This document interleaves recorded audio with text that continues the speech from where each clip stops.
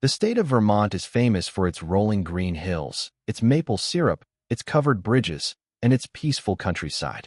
But if you drive far enough down the back roads, past the last gas station, past the last flickering streetlight, you will find areas where the quiet is not peaceful at all. Areas where the quiet has teeth.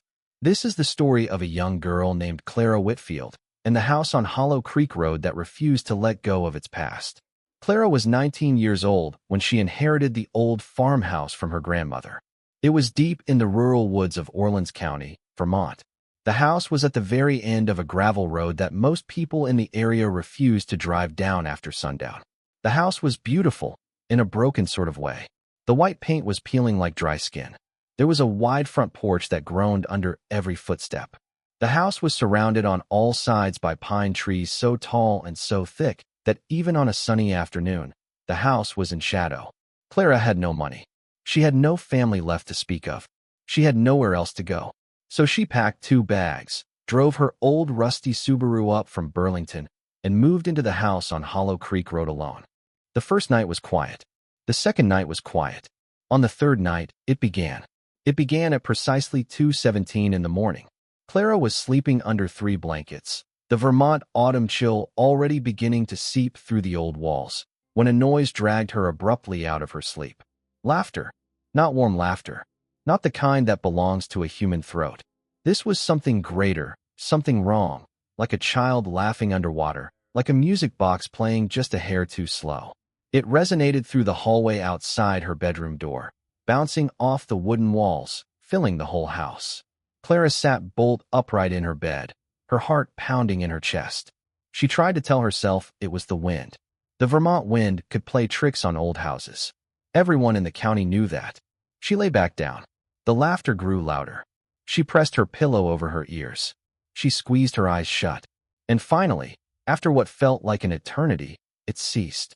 But it returned the next night, and the night after that, and every single night for 2 weeks running. Always at 2:17 in the morning, always filling the house with that cold, mirthless, awful laughter. Clara stopped sleeping. Dark circles formed under her eyes. She lost weight. She began to leave every light in the house burning all through the night. But even the light didn't help, because sometimes, in the corner of a lighted room, she would see a shadow move. And then she would hear it. That laugh. Her neighbor, old Mr. Beaumont, noticed her condition when she came to borrow eggs one morning. He looked at her white, sunken face and said, "You must go see Father Renard." Father Edouard Renard was the priest of St. Michael's Church in the nearby village of Craftsbury.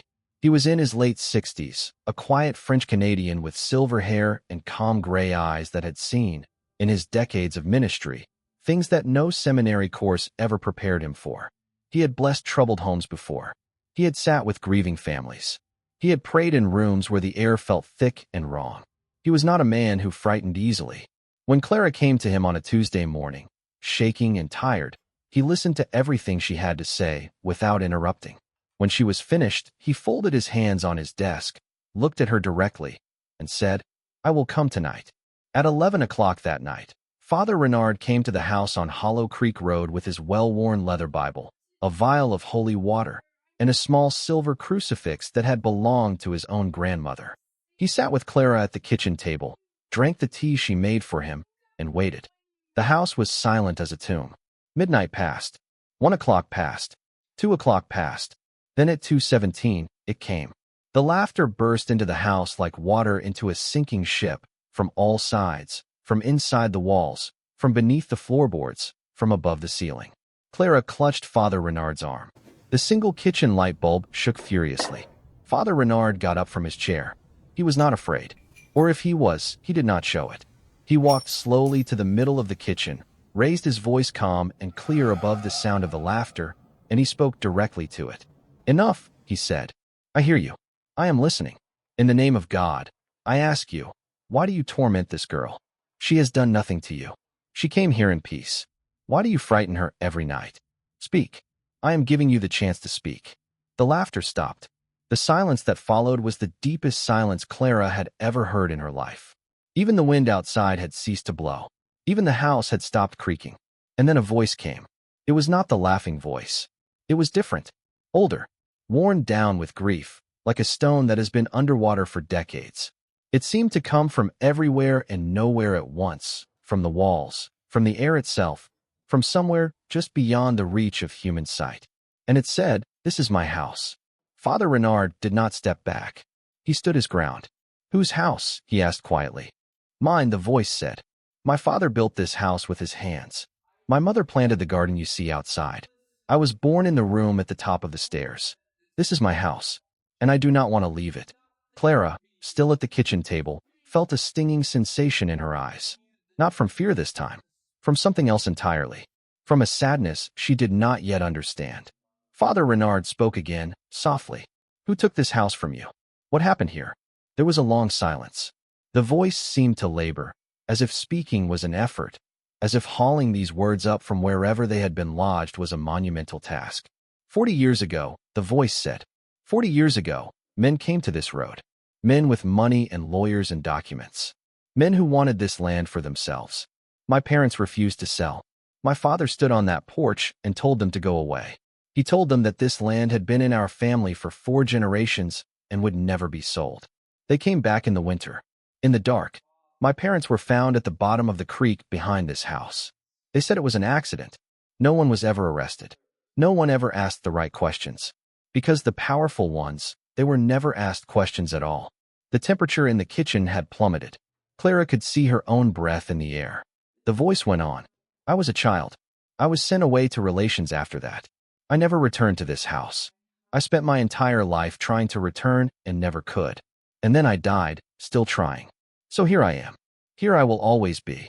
Because this is the only place I was ever truly home." Father Renard closed his eyes for a moment. When he opened them, his tone was softer than before. "And the girl, Clara, she has done nothing wrong. She came here with nowhere else to go. She is not your enemy." There was another long silence. Then the voice said, and this time something in it had changed. The anger was still there, but beneath the anger was something that was broken and exhausted and achingly human. "I know." "Then why do you frighten her?" Father Renard asked. "Because I am lonely." A pause. "Because I forgot how to talk to the living. Because 40 years of silence in an empty house does strange things to what is left of a person. Because I did not know how to say," the voice broke for a moment, "I did not know how to say, I am still here. I am still here, and I have never stopped waiting for someone to ask why my parents had to die." Clara was crying now, silently, at the kitchen table. Father Renard stood there for a long time in silence. Then he said something that Clara would remember for the rest of her life. He said, "Your parents are remembered tonight.